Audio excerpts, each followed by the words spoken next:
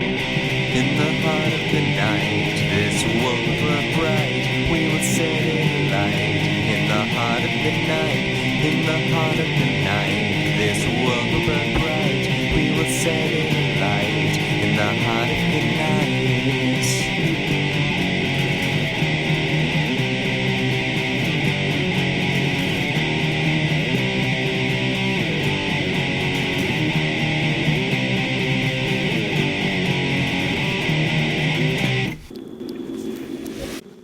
Hello everyone, I'm Anthropomantic Fiend, and I do horror-related things on the internet. Forgive me if I'm a little bit tired in this video, but I did stay up until midnight watching Once Upon a Time in Hollywood last night, so I'm not the most awake, but it's fine. I got these complimentary Men in Black sunglasses while I was there, so I'm gonna wear those in the video, because why not?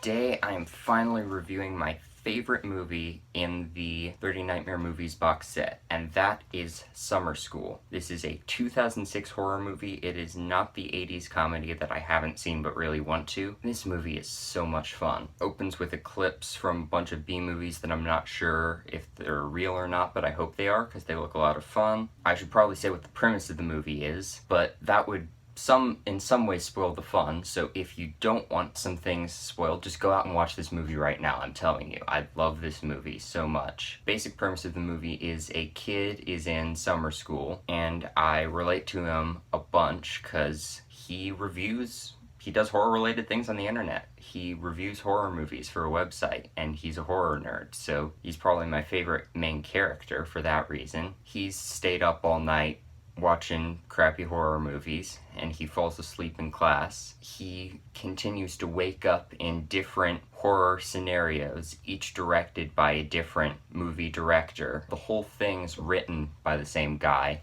with some help from different people, but it's all directed by different people throughout to give each segment its own feel. So he'll die in one segment and wake up in another style of horror movie each time, and it's a lot of fun. It's got a cool soundtrack, which is very playful and genre-bending. It's got this sort of weird jazziness at the beginning. It almost reminded me of like the soundtrack to a Charlie Brown movie or something, which is weird. Just looking at the titles of some of the movies this guy is reviewing, I want to watch some of those movies. There's Necrotize, Hillbillies of Death, Who Cares About Vampires, Mungo. They all look wonderfully campy, and some of it is a bit of foreshadowing, I'll just say. The acting is super campy, but a lot of fun. The effects in this movie, the makeup, the gore, all the different things are the same.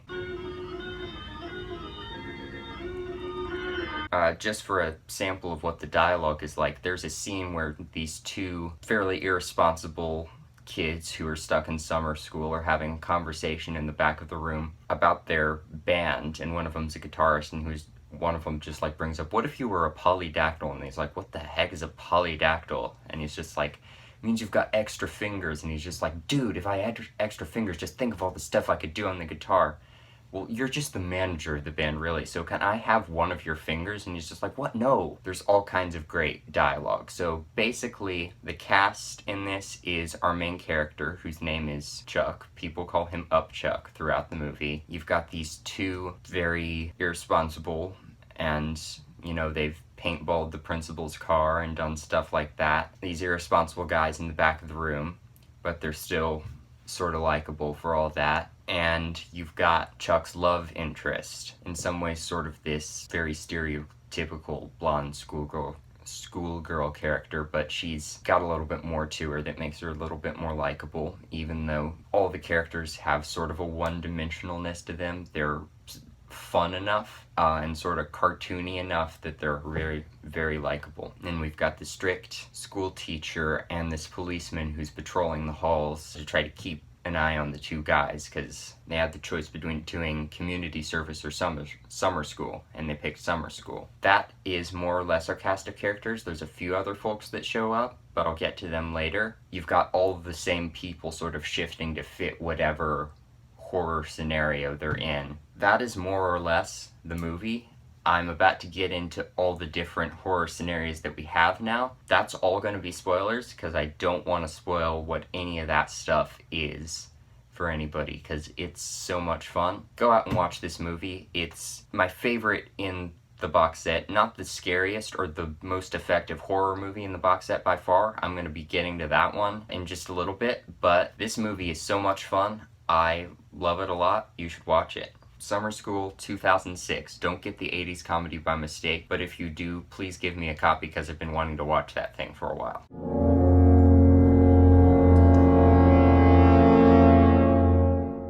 So the first scenario is the cult scenario, and in this one the girl sort of runs back into the cafeteria area and he's sort of trying to figure out where she is, and he goes through one door and she'll appear through another, and it is very much that like Bugs Bunny silent comedy Looney Tunes cartoon type humor. It's sort of done a bit more subtly. They don't sort of upfront cartoonify it, but it's still very funny. Then he goes back into the cafeteria and she's sort of luring him in with these sort of overdone sensuality thing that she's doing, and then she whacks him over the head and he wakes up tied to an altar with all the people in black robes around him, and it's just like, what are you doing? They've got robes, it's all dark, they've got candles, and he's just like, what are you guys doing to me? And they're like, extra credit, man, which kills me.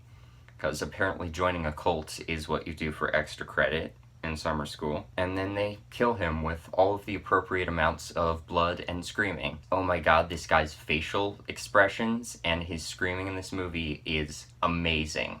He's definitely giving it his all, and it is super funny to me. So he dies, and then he wakes up in another scenario. Back in the classroom, it's empty. He goes out. He finds the girl whose head is more or less gone, and then you see this sort of furry figure in silhouette jump out from behind like this door that's got like glass that's been, what do you even call it? It's been tinted so you can't see in all the way, but you see the silhouette, and the jump scare got me despite having seen this movie before, because it's been a while, and it was fun. And gradually, as we're going through the movie, we figure out that the monsters are spider people who are been wrapping people up in webs. The spider people are obviously guys in goofy looking spider suits, but I don't care because it's so much fun. I might sneeze.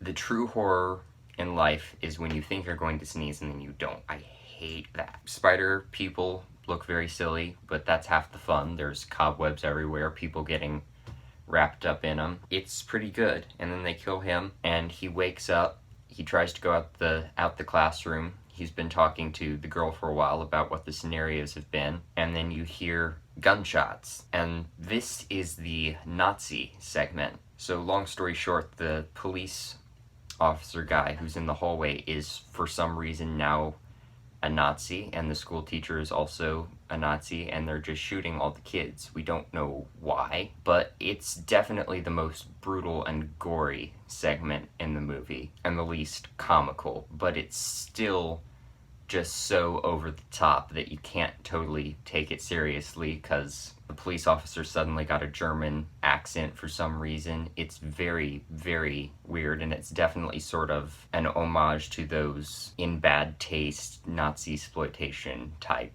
movies, which I haven't seen a lot of, but I can sort of tell that's what they were going for with this, because you can feel the love that these guys have for all kinds of horror and exploitation. Our main character is pretty close to rescuing folks and killing these suddenly Nazi people, but they kill him first in one of the most brutal, gory segments in the movie. And then we wake up and we've come to my absolute favorite part in the movie. This is the vampire segment. Yeah, I like it because it's vampires, but it is more than the fact that it is the vampire segment. So he wakes up at night, he's talking to his friends, and he's just like, why is it so late? And he sort of gradually figures out that his friends are vampires.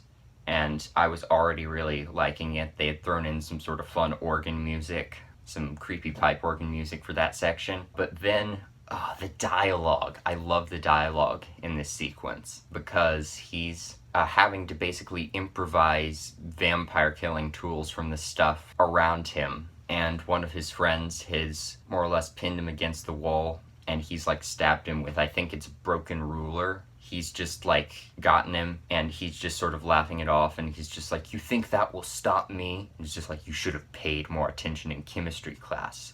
The heart is on this side. And he's pulled it out and stuck it there. And Chuck goes, thanks, and freaking jams it into him and kills him. And he just bends over and goes, and it was biology class, not chemistry.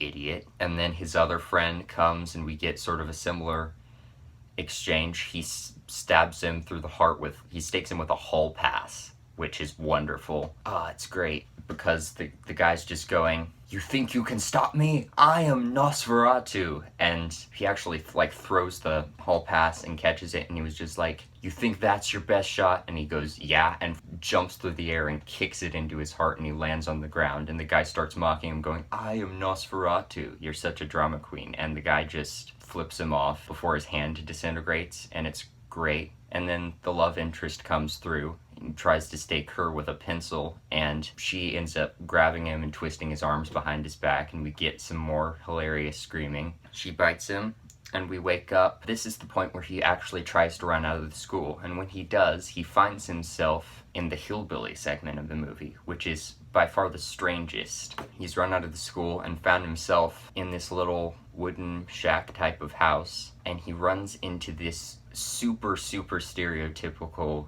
evil hillbilly type character who's keeps calling him city boy.